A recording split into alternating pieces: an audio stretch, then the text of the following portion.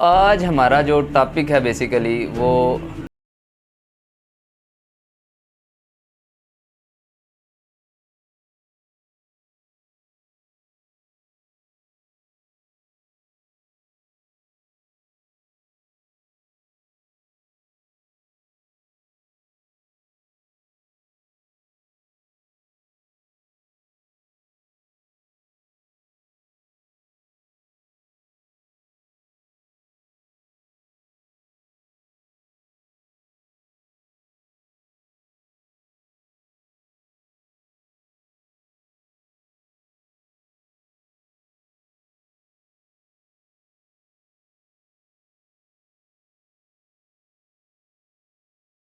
और अगर हम देखें तो ये जो पार्टी है खान साहब की, ये जो इससे पहले 22 साल पहले खान साहब ने इसकी बुनियाद रखी। और इसका मकसद क्या था? इसका मकसद यही था कि हम एक ऐसा मुल्क चाहते हैं जहाँ पे आवाम का जो है वो राइट जो इसके हैं इसको मिलें पूरी तरह। और जो ये फ़ैसले आवाम के बंद कमरों में हो रहे हैं, दूसरे अदारे हैं, ये जो मिल के एक इनकी मिली भगत है जिससे आवाम जो है वो गरीब से गरीब तर होती जा रही है। और जो अमीर तबका है, एलीट क्लास है इस मुल्क की, वो दिन ब दिन अपने असासों में इजाफ़ा करते जा रहे हैं। तो इसका इनडायरेक्टली तो जो नुकसान है वो हमारी मुईशत को ही है, क्योंकि इससे मुईशत को तो कोई भी फ़लाह नहीं है, कोई भी उसकी बेहतरी नहीं होगी। तो हम देखेंगे कि इम्पॉर्टेंस क्या है इस जलसे की। तो इस जलसे की जो इम्पॉर्टेंस है वो इस लिहाज से अगर हम देखें, आज ये अवाम जो है खान साहब के साथ नहीं खड़ी होती, आज आप लोग अगर खान साहब के साथ नहीं निकलते बाहर ग्राउंड में, तो कल को ये हमारे लिए बहुत नुकसानदेह साबित होगा। और ये जो बरसरे इक़्तिदार लोग हैं इनको ये चीज़ क्लियर हो जाएगी कि खान साहब की ये जो बड़के हैं या जो ये दावे कर रहे हैं इस वक्त कि हमारे साथ अवाम खड़ी है, ये अवाम बेसिकली सो चुकी है। तो आप लोगों ने बेदार हो के खान साहब का साथ देना है और साबित करना है कि हम इस वक्त एक बेदार कौम की हैसियत से, एक कौम की हैसियत से इस वक्त खान साहब के साथ खड़े हैं। और उसमें बहुत सारे ऐसे काम हैं जो हमें करना होंगे।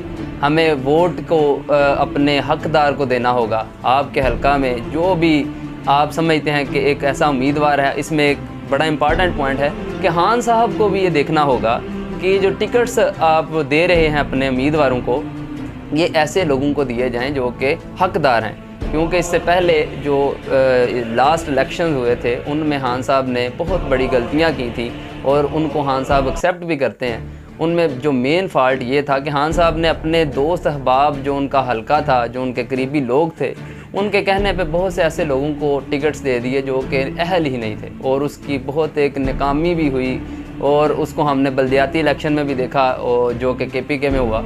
तो उसकी एक बहुत बड़ा एक रिज़ल्ट जो है वो चेंज होगा। तो इस दफ़ा खान साहब को ये देखना पड़ेगा कि जो आप टिकट्स दे रहे हैं इनको जो मेरिट बेस पे दिया जाए, जो लोग डिज़र्व करते हैं, जो अपने हलका में काम करवाना चाहते हैं, जो एक लोअर तबका से उठ के ऊपर आए हैं, उनको ये टिकट्स दिए जाएं ताकि ये अवाम की फ़लाह के लिए भी कुछ करें। क्योंकि कभी भी एलीट क्लास किसी एक मिडल क्लास या लोअर मिडल क्लास या लोअर तबका की जो परेशानियां हैं उनको समझ नहीं सकते। तो उनमें ये एक बड़ा इंपॉर्टेंट रोल होगा खान साहब का, जो इन्हें देखना पड़ेगा। उसके बाद अगर हम देखें तो ह्यूमन राइट्स हैं जो अगला पॉइंट है जो इसमें खान साहब डिस्कस करेंगे। कि आप देखें कि आपके कंट्री में जो अदारे हैं ये क्या करने जा रहे हैं कि जो भी इनके अगेंस्ट आवाज़ उठाता है, ये बजाय इसके कि उससे टॉक करें, उसको कोई कन्विंस करने की कोशिश करें या अपने आप को क्लियर करें, ये उसकी बजाय उनको उठा लेते हैं। जो कि किसी भी कंट्री में, किसी भी एक आज़ाद मुल्क में ह्यूमन राइट्स के अगेंस्ट बात है। एक किसी भी सिटीज़न का एक राइट है, वो अपनी राय को दे सकता है। उसकी एक आज़ादी राय का एक हक़ है जो उसके पास मौजूद है और उससे वो यूज़ कर सकता है किसी एक लम्हे पे भी। और चाहे वो किसी मुल्क का कोई वज़ीर आज़म हो, चाहे वो किसी मुल्क का कोई जनरल हो, कोई चीफ़ ऑफ आर्मी स्टाफ हो या किसी भी अदारे का कोई हेड हो, वो एहतसाब उसका होगा। ये मेन चीज़ है जिस पे खान साहब बहुत ज़्यादा फोकस करते हैं कि एहतसाब। देखें नबी अकरम सल्लल्लाहु अलैहि वसल्लम का भी अक्सर कोट करते हैं खान साहब, तो उसमें भी अगर हम देखें तो नबी अकरम सल्लल्लाहु अलैहि वसल्लम ने ये भी कहा था जब उन्होंने अपने गवर्नर बना के भेजे दूसरे अपने इलाकों में जो उनके अंडर आ रहे थे, इस्लामी हुकूमत के अंडर थे, या जब हज़रत उमर का दौर खिलाफत आया उसमें भी जब उन्होंने गवर्नर बनाए तो वो ये नहीं थे देखते कि अगर एक बंदा है तो वो अखलाकी लिहाज से बड़ा अच्छा है, ईमानदार है, तो हम इसे गवर्नर बना दें। उसका एहतसाब होता था बाकायदा। अगर उसके कोई असासाजात थे तो उनको चेक किया जाता था बिफ़ोर, जब उसको एक राइट दिया जाता था, और जब वो एक इक़्तिदार में आ जाता या जहाँ पे वो किसी पोस्ट में मौजूद था, उसके बाद जब वो उतरता उससे, तो वहाँ पे भी तब भी उससे ये चेक किया जाता कि इसके एहसासों में कितना इजाफा हुआ है या कितनी कमी हुई। तो इस तरह से इस्लामी एक रियासत जो है वो डेवलप हुई, और हर जो रियासत थी उसमें इक्वल एक सिस्टम चल रहा था। तो ये एक बड़ी इम्पॉर्टेंट चीज़ है कि ह्यूमन राइट्स जो हैं उनको देखना पड़ेगा।